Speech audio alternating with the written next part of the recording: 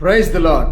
40 ದಿನಗಳಲ್ಲಿ ಯೇಸು ಸ್ವಾಮಿಯವರ 40 ಶ್ರಮೆಗಳನ್ನು ನಾವು ಧ್ಯಾನ ಮಾಡ್ತಾ ಇದ್ದೇವೆ.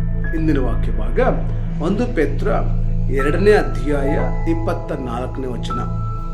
ನಾವು ಪಾಪದ ಪಾಲಿಗೆ ಸತ್ತು ನೀತಿವಂತರಾಗಿ ಜೀವಿಸುವಂತೆ ಆತನು ನಮ್ಮ ಪಾಪಗಳನ್ನು ತಾನೇ ತನ್ನ ದೇಹದಲ್ಲಿ ಹೊತ್ತುಕೊಂಡು ಮರಣದ ಕಂಬವನ್ನು ಏರಿದನು. ಆತನ ಬಾಸುಂಡೆಗಳಿಂದ ನಿಮಗೆ ಗುಣವಾಯಿತು. Wow, hallelujah, praise God. ಪ್ರೀತಿಯ ದೇವ ಮಗವೇ, ಕರ್ತನ ವಾಕ್ಯ ನಮಗೆ ಬಹಳ ಸ್ಪಷ್ಟವಾಗಿ ಹೇಳುವಂಥದ್ದು ಕಾರ್ಯ ಏನಂತಂದ್ರೆ, ಈ 40 ದಿನ ಶ್ರಮ ಮರಣ ದಿನಗಳನ್ನು ನಾವು ಧ್ಯಾನ ಮಾಡ್ತಾ ಇದ್ದೇವೆ.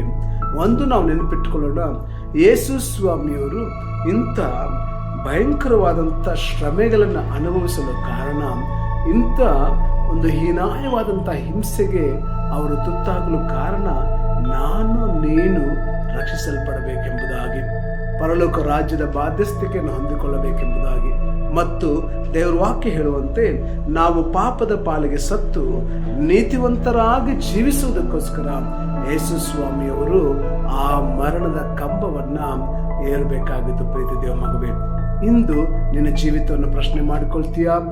ನೀನು ಯೇಸು ಸ್ವಾಮಿಯವರ ಈ ಶ್ರಮೆಗಳನ್ನ ಗೌರವಿಸುವಂತ, ಅರ್ಥೈಸಿಕೊಳ್ಳುವಂತ ವ್ಯಕ್ತಿಯಾಗಿ, ನಂಬುವಂತ, ಸ್ವೀಕರಿಸುವಂತ ವ್ಯಕ್ತಿಯಾಗಿ, ಈ ಲೋಕದ ಕಾರ್ಯಗಳನ್ನು ತ್ಯಜಿಸಿಬಿಟ್ಟಂತ ವ್ಯಕ್ತಿಯಾಗಿ, ಪಾಪದ ಪಾಲಿಗೆ ಸತ್ತು ನೀತಿವಂತರಾಗಿ ಜೀವಿಸುವಂತ ವ್ಯಕ್ತಿಯಾಗಿದ್ದೀಯೋ ಎಂಬ ಪ್ರಶ್ನೆ ನಿಮ್ಮಲ್ಲಿ ಹಾಕಿಕೊಳ್ಳಬೇಕಾಗಿದೆ.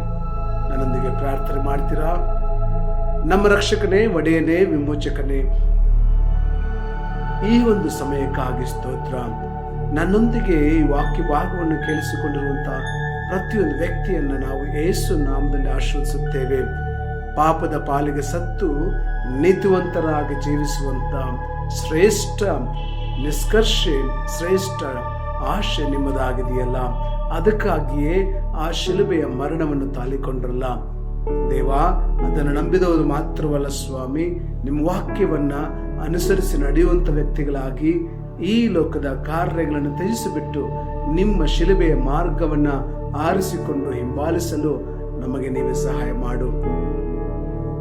ಕೇಳಿಸಿಕೊಳ್ಳುವಂತ ವ್ಯಕ್ತಿ ಆತನ ಜೀವಿತವನ್ನು ಬದಲಾಯಿಸಿಕೊಳ್ಳಲಿ, ನಿಮಗೆ ಸಮರ್ಪಣೆಯಾದ ಜೀವಿತ ಜೀವಿಸಲಿ. ಯೇಸು ನಾಮದಲ್ಲಿ ಪ್ರಾರ್ಥನೆ ಮಾಡುತ್ತೇವೆ. ಆಮೇನ್. God bless you.